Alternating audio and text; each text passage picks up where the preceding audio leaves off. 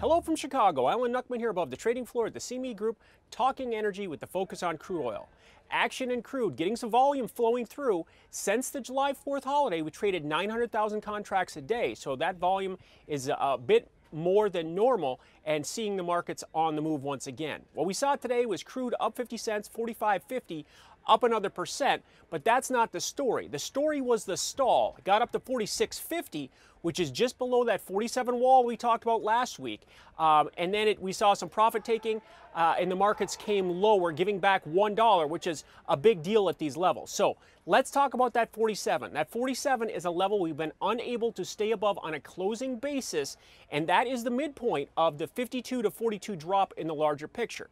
So to continue this bullish bottom run and this base building, we need to see a close above 47 and another leg to the upside to attack that psychological 50. Now today we did get some data that came in that gave that market that temporary boost. We saw some drawdown drive the market here today.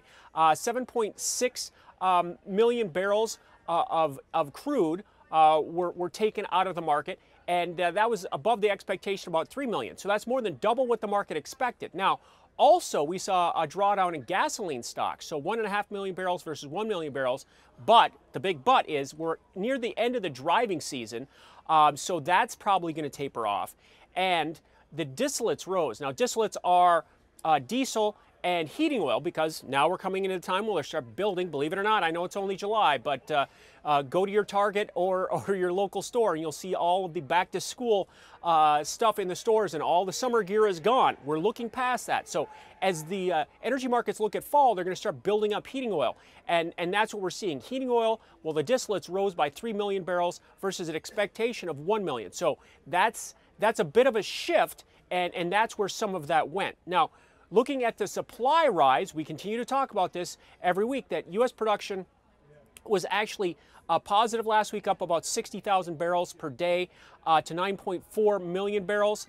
And OPEC said that in June, they added nearly 400,000 barrels per day as well. So you've got the supply add and the drawdown kind of being a shift from crude and gasoline more into the heating oil to kind of nullify that net move. So you've got those combinations that are been in place, so that's where I focus on the price action. Now, in the macro picture, you can see the stock markets come back, and we're up near the highs once again. The dollar had a dive yesterday. We saw the euro currency above 115. Both those should be a current of positivity, if that's a word, for the energy market and the overall bullish sentiment of the economy. So we'll have to look to see. But for me, it's all about 47. The key is 47. See how it attacks this level one more time. We've had 2 attempts to close above that, and both have failed so far. So let's see if we can push through there.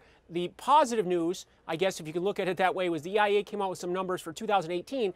They lowered their outlook for production for the United States to 9.9 million barrels per day, but it's lower than they expected before, but it's still going to be an all-time record. So that's the story here in crude.